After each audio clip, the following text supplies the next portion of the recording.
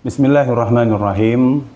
Allah Subhanahu wa taala dalam Al-Qur'an surat Al-Baqarah ayat 275 menegaskan A'udzubillahi minasyaitonirrajim wa ahallallahu al-bai'a wa harramar riba. Allah menghalalkan jual beli dan mengharamkan riba. Kemudian dalam ayat selanjutnya Allah Subhanahu wa taala berfirman, Ya ayyuhalladzina amanu taqullaha wa dharu ma baqiya minar riba in kuntum mu'minin. Wahai orang-orang yang beriman, bertakwalah kepada Allah dan tinggalkanlah sisa-sisa riba jika engkau orang-orang yang beriman. Kemudian larangan lain juga di surat Al-Imran ayat 130 Allah berfirman, A'udzubillahi minasyaitonirrajim. Ya ayyuhalladzina amanu la ta'kulur riba adha'afan mudha'afah. Wahai orang-orang yang beriman, janganlah engkau memakan riba dengan berlipat-lipat. Dari sini Allah Subhanahu wa taala memberikan penegasan bahwa riba adalah sesuatu yang dilarang dalam agama ini. Bahkan dia termasuk 7 dosa besar, atau yang disebut dalam hadis sab'ul mubiqat, 7 dosa yang sangat besar, biangnya dosa. Maka untuk itu kita harus mengerti ciri-ciri riba yang diharamkan.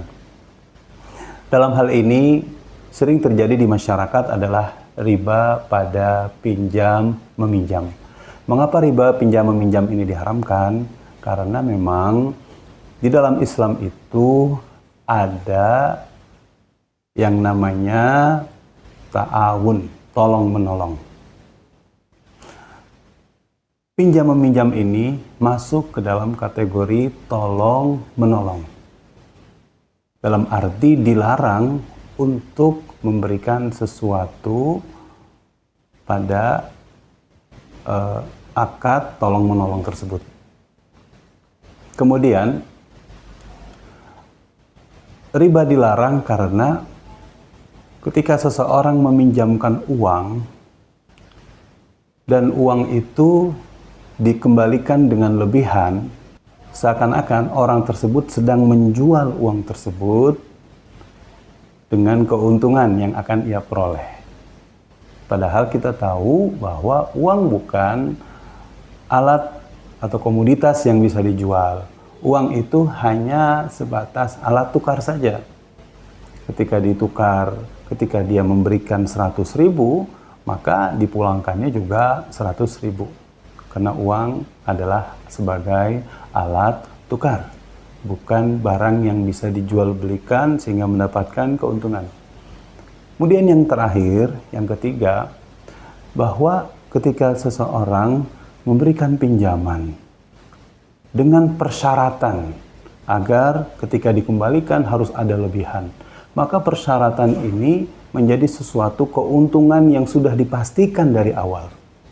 Padahal rumus dalam berusaha atau dalam berbisnis dalam Islam telah ditetapkan oleh para ulama al-ghunmu bil ghurmi, bahwa keuntungan itu berbanding lurus dengan resiko. Sedangkan kalau kita lihat pada kasus pinjaman uang, dia sudah memastikan ketika nanti uang itu dikembalikan harus dengan keuntungan atau dengan tambahan. Nah, ini sudah menyalahi kaidah agama kita.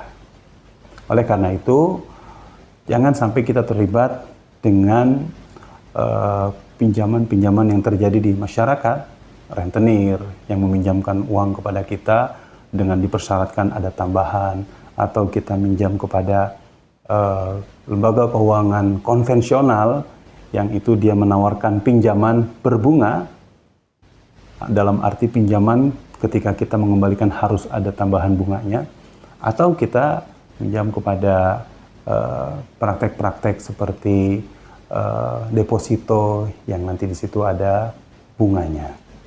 Wallahu a'lam bishawab. Mudah-mudahan kita terhindar daripada dosa besar riba dan mudah-mudahan harta kita halal, berkah, thayyiban. Amin ya rabbal alamin.